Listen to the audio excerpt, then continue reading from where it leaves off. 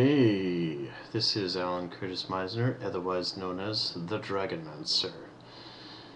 And of course, as ever with me are my lovely assistants, the mouse, the eagle, and the tortoise. As you can see, you get to see him up close. He was a little shy for a moment there, but you know how tortoises are. Basically, the reason why you're able to see him up close this time is because you get to learn a little bit about the tortoise. As soon as I'm able to... there we go. So, first, the facts of interest. The 41 species of tortoise live on land in warm areas of the world. The smallest are 4 inches across and the biggest are 4 feet across. Because their shells protect them so well against enemies, tortoises are slow movers. The desert tortoise walks 1 mile in 9 hours. Tortoises are very long-lived. Many can live to be 100 years, and some probably can live to be 200 years. 16 out of 18 species of giant tortoise are already extinct, and many others are endangered. Tortoises need protection to survive. Wow, you have a pretty sad fate about you.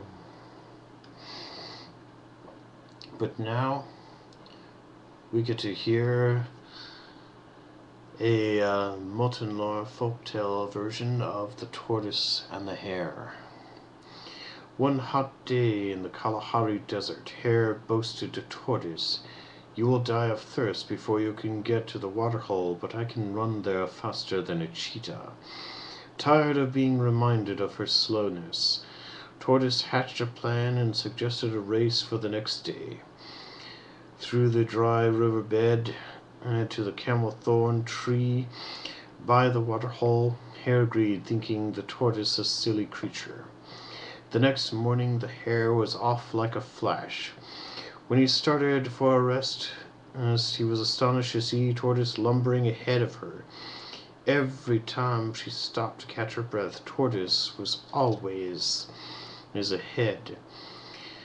And when she neared the finish line and by the camelthorn tree, Hare was stunned to see Tortoise waiting in the shade. It was agreed that Tortoise was the cleverest animal of them all. Did you know how she did it? She spent the night walking leisurely to the waterhole, stopping along the way to tell her brothers and sisters, who looked just like her, to come out of their burrows when they heard Hare thumping along. And so you can see that's a very clever tortoise. It's a different version than what most of you will have heard, but then that's the beauty of stories. Alright, see you next time.